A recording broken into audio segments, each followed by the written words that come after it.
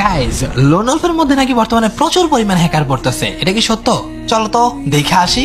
ম্যাচটা যখনই আমি স্টার্ট করি আর নামটা আমি চেক করতে যাই তখন খেয়াল করে অবাক হয়ে যাই, এটা একটা মেয়ে পড়ে গেছে ভাই। আমার অপোনেন্টে লোনলফের মধ্যে মেয়ে। ওহ মাই গড গাইজ, চলো ওর একটা ভয়ঙ্কর মাইট দিব আর মাইট দিয়ে পটানো ট্রাই করবো। ওহ মাই গড কি শট দিলাম। গাইজ চলো প্রপোজ ইমোটটা দেওয়া যাক।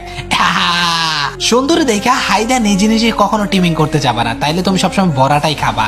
এন্ড গাইস মাইরা দিছি এবং আবারও দিব প্রপোজ ইমোট।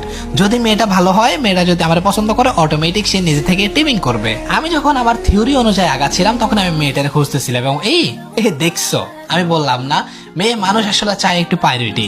ভয়ঙ্কর মাইট দিছি, ভয়ঙ্কর মাইট দেওয়ার পর যখন ইমোট দেখাইলাম, মেয়েটা আসলে লিটারালি আমার উপর ফিদা হয়ে গেছে। গাইস ভাই আমারে মারার জন্য তুমি এই কাজ করলা, আর পাশাই মোট দেখাইতেছে।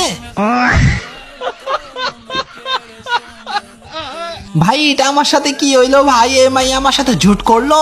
এ রে ছি ভাই, ঋতু ভাইয়ের সাথে সবসময় এমন কেন হয়? সুন্দরীরা আমার সাথে সবসময় প্রতারণা করে। চলো গাইস এটা রিভেঞ্জ দিব। আরে ছি ব্রো, এতক্ষণ প্রপোজ ইমোট দিছি, এখন ভরপুর লল খাও। না না গাইস, এভাবে মেরে আসলে শান্তি পাচ্ছি না। দাঁড়াও, ওর সাথে আমি টিমিং প্র্যাঙ্ক করব, দেখি ওই আমার যেরকম টিমিং করে মারছে আমি ওরা টিমিং করে মারবো। গাইস ভাই দাঁড়াই রয়েছে কেন, খাম্বার মতো টিমিং করতে চাই কিনা? হ্যাঁ হ্যাঁ করছে করছে করছে করছে করছে গাইস, আমার হাতে থমসন আছে। আমি আরে ইমোট দিচ্ছে সুন্দরী, যাইতেই মেরে দিব। Good night.